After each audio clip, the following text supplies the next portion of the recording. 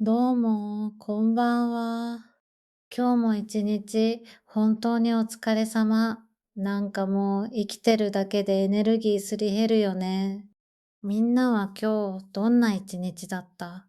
理不尽な上司とかに遭遇して、こいつの脳みそどうなってんのって脳内で10回くらい殴り倒したりしなかった？あのさ、ちょっと聞いてほしい話があるんだけど、職場で本気で脳内の血管がブチ切れそうになった出来事があったんだよね。みんなの職場にはいない。自分の記憶力をなぜか1ミリも疑わない自信満々な人間。こういう人間、HSP の私からしたら大迷惑なんだけど。事の始まりは数日前ね。とある業務について上司から、今回はこの方法で準備して作業を進めておいてねって指示されたの。私、人一倍ミスせずに完璧にやらなきゃって思ってしまうから、言われた手順をしっかりメモに取ってコツコツとめちゃくちゃ真面目に準備を進めていたのね。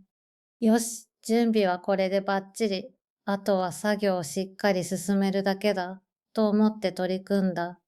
なのにさ、今日上司が私のデスクまでやってきて、なんて言ってきたと思う？なんでそのやり方でやってるの？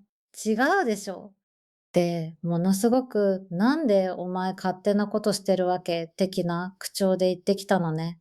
これ言われた瞬間、頭の中で数日前にあんたがそのやり方でって言ったじゃん。私の手元のメモにもしっかり残ってるけど、ってとっさに思ったんだけどさ。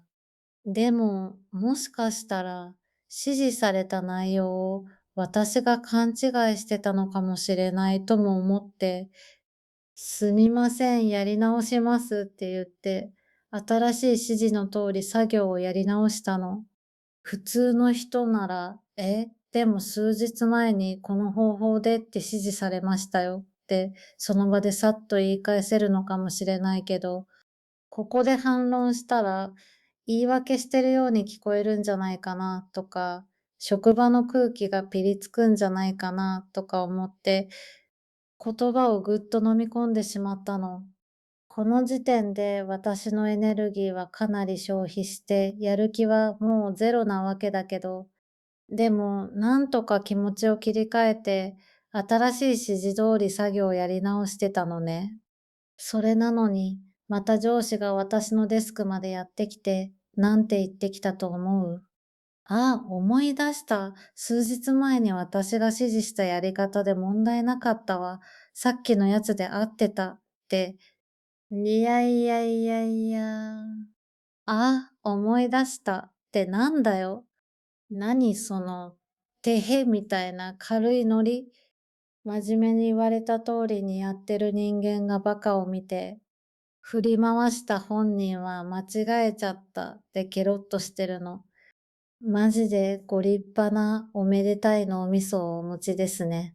こっちがおとなしくわかりましたって従ってるから何しても許されると勘違いしてるよね。はあ、なんか思い出すだけでまた頭痛くなってきた。まともに相手してたらこっちの気力がいくらあっても足りない。だから自分の言ったことも忘れて、部下を理不尽に振り回す全上司にこの場を借りて、私からの本当の親身なアドバイスを送りたいと思います。他人の貴重な時間を奪う前に自分が吐き出した言葉の責任はちゃんと取りなよ。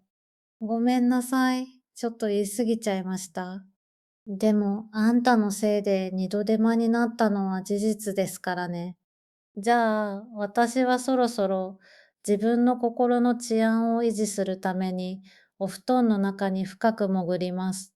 みんなの周りにももし脳内おめでたい人がいたら、まともに会話しようとせず心の中で静かにシャッターを下ろしてね。